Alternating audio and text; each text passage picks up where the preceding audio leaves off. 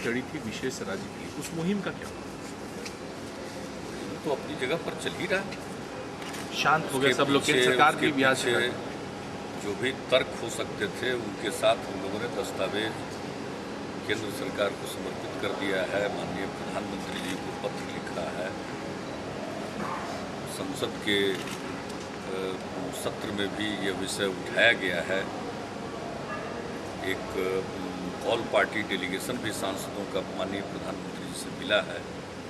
तो इसलिए ये मुहिम तो पूरे जोर शोर से जारी है और हम लोगों की का हक बनता है। और उसके पीछे ज़बरदस्त तर्क है। जो बिहार की स्थिति है, खास करके बिहार के बंटवारे के बाद, और बिहार की जो भौगोलिक स्थिति है, एक तो सीमावर्ती राज्य है और दूसरा जिस प्रकार से बाढ़ से हर साल तबाही होती है।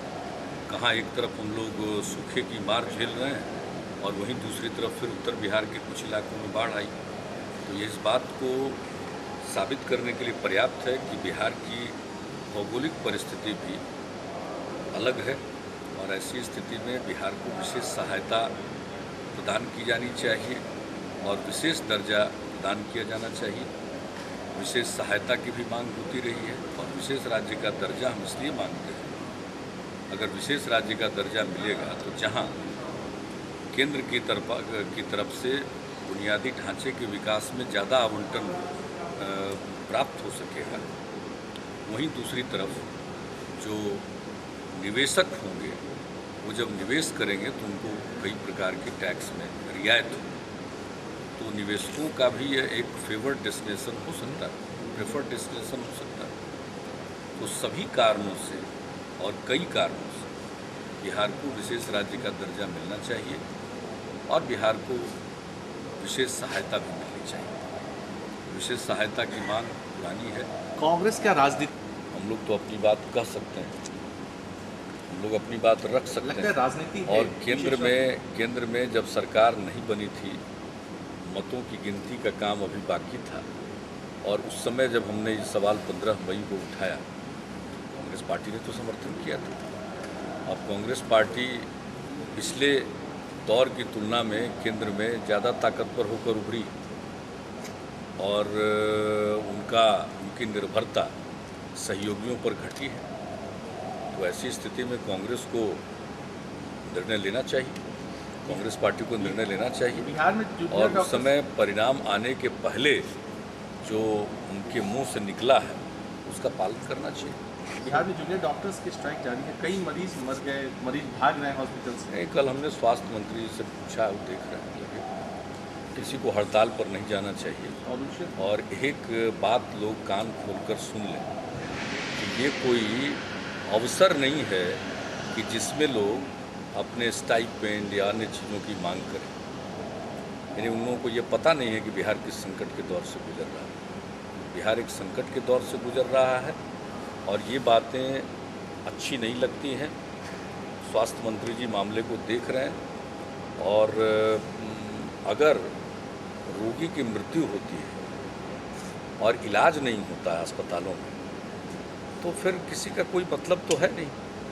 सरकार तो यही चाहेगी कि रोगियों का इलाज हो और अस्पताल ठीक ढंग से चले, और अस्पताल को ठीक ढंग से चलने में कोई बाधा उत्पन्न करता है तो बड़ा ही जन विरोधी कार्य है। ईगो क्लैश की वजह से बातचीत ये हमको पता नहीं है, हमने स्वास्थ्य मंत्री जी देख रहे हैं सर। उसका विस्तृत विवरण मेरे पास नहीं है सर। आज स्वास्थ्य मंत्री जी सक्षम हैं, कल हमने उनसे पूछा है, वो देख रहे हैं मामले को, इसलिए सक्षम है। लेकिन एक स्वाभाविक मेरी प्रतिक्रिया इतनी पर है कि ये कोई उचित समय नहीं है। जो सरकार स्वयं सबों के हित में सोचती रहती है, और मैंने 15 अगस्त को भी कहा कि विपदा की स्थिति में खजाने पर पहला अधिकार आपदा पीड़ितों का है और ये हर किसी को समझ लेना चाहिए। अब किसी को समझने में विलम्ब होता है तो उनकी गलती है। आज का क्या सर प्रोग्राम है? आज तो हम जाएंगे, बाढ़ के इलाकों को देखेंगे, समीक्षा करेंगे। पहले से ही निर्देश है जहाँ भी बाढ़ प्रभावित इलाका है वहाँ राहत देना है, उसकी हम समीक्षा कर लेंगे।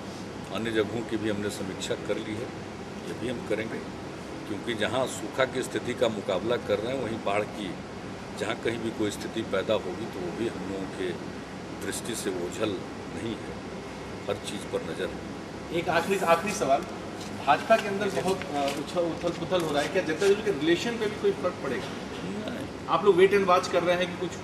इससे कोई मतलब नहीं है, दल का अंदरूनी मामला है और भारतीय जनता पार्टी का नेतृत्व सक्षम है अपने मामलों का समाधान ढूंढने के लिए, संघ हावी हो रहा है और हम लोगों के लिए इसमें करने को कुछ नहीं है, हिंदुत्व और संघ की बात की। सिवाय इसके कि हम लोग चाहेंगे कि भारतीय जनता पार्टी का ये आंतरिक मामला है, वो अपने आंतरिक मामलों को पूरे विवेक के साथ सुलझा लेंगे और जितना उनका मामला है उससे कम कुछ ज़्यादा ही अखबारों में छप रहा है। मेरी अगर अखबारों को देखिए तो बाकी खबरें गौन हो जा रही, तो जितना भारतीय जनता पार्टी में कुछ घटनाएं घट सकती हैं और विभिन्न दलों में घटनाएं घटती रहती हैं, लेकिन हम लोगों के लिए इसमें कुछ कहने संघ की के बात एक्टिव होने पे क्या जनता दल रिलेशन के बारे में सोचेगा?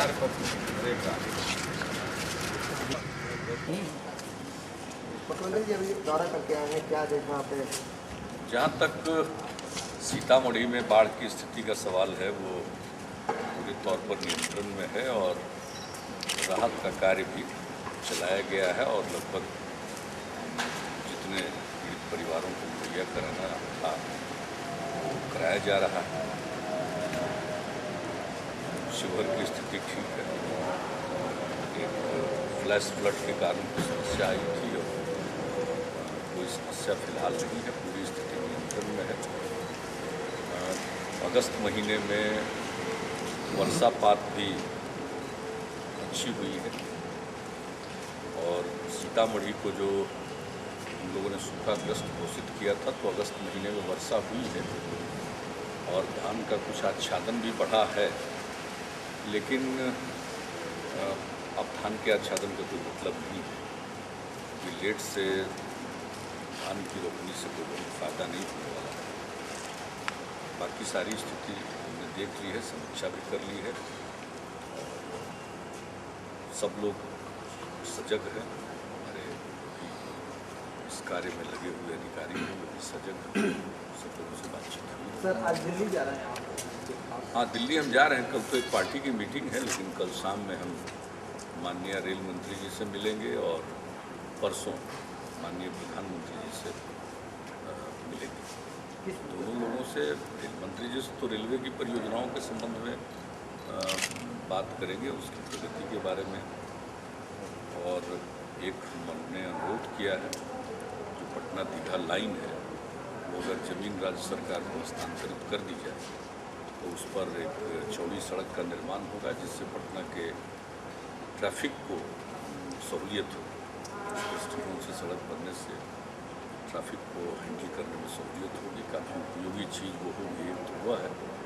लेकिन इसके अलावा बाकी की जो रेल परियोजनाएं हैं स्वीकृत हैं, जिस पर काम चलना चाहिए तेज़ी से, बीच में काम मध्यम था। हमने आज जो रेलवे परियोजनाओं की स्थिति देखी है तो सचमुच 5 साल में हमारे बड़े भाई क्या कर रहे थे ये देख करके अचरज होता है। तो खैर हम तो चाहेंगे और नई रेल मंत्री जी से मिलकर बिहार के हित में चर्चा करेंगे। माननीय प्रधानमंत्री जी से सड़क के मामले में एक विशेष आग्रह हमें करना है। यहाँ NSDP फेज़ 3 की सड़कें नहीं बन पा रही तो हम उनसे कहने वाले हैं कि ये BOT यानी टॉल हो या एन्युटी हो, इस माध्यम से ये बनने वाला नहीं है, सरकार को ही बनाना पड़ेगा। और उसके अलावे जो सूखा की स्थिति है उसकी भी चर्चा करेंगे और जो कोसी के पुनर्वास का मसला है उसको भी चर्चा करेंगे। मुख्यमंत्री जी 100 दिन पूरे किए हैं केंद्र सरकार ने, क्या लगता है कितना एक्सपेक्टेशन थी, वो पूरा हो पाया कि नहीं 100 दिनों में? कुछ 100 दिन का एक्सपेक्टेशन तो लोग खुद ही पैदा किए हैं ना। अरे उनको 5 साल का मौका मिला है, 5 साल काम करना चाहिए। 100 दिनों में कुछ भी कर पाए कि नहीं? बिहार के लिए कुछ कर पाए कि नहीं? बिहार के लिए तो रोज़ हम सब लोगों के यहाँ जाहिर है। एक ही चीज़ इस बीच में हुआ है कि पंचायतों में महिलाओं को 50% आरक्षण देने का जो काम बिहार ने 3 साल पहले कर रखा था उसको अब देश भर में लागू करने के बारे में उन्होंने निर्णय लिया। और बाकी तो 100 दिन, फिर 100 दिन बीतेगा, साल बीतेगा, फिर संतुष्ट हैं आप इस 100 दिनों में जो काम? हमारे संतुष्ट तो संतुष्ट का जनता संतुष्ट, हमको का तो ये हाल है कि कोसी का पुनर्वास का पैकेज आज भी कोसी में जो प्रभावित लोग हैं उनकी तकलीफ की आप कल्पना कर सकते हैं। रिलीफ तो होना था, वो मट गया, लेकिन पुनर्वास का की जो समस्या है वो ज्यों की त्यों। तो मेरे लिए तो मेरे सामने वो दृश्य दिखाई पड़ता है। जब वो समस्या हल होती है तो हम समझेंगे कि बिहार के साथ न्याय हुआ। और बाकी हमारे 7-8 मुद्दे हैं तो उनके सामने हमने रखा है। लेकिन अभी हम मिलने जा रहे हैं मुख्यतः जो सड़क के संबंध में स्थिति है। हमने नेशनल हाईवे के मेंटेनेंस में काफ़ी धन राज्य सरकार के नीति से लगा दिया, वो केंद्र को खर्च करना चाहिए। तो ये मुद्दे हैं और जो ड्राउट की स्थिति है हम समूचा अपना मेमोरेंडम दे चुके हैं, उस पर चर्चा हुई। मुख्यमंत्री जी, बीजेपी में घमासान मचा हुआ है, क्या क्या कुछ अब आप काहे के लिए चिंता कर रहे हैं? बीजेपी सलट लेगी अपने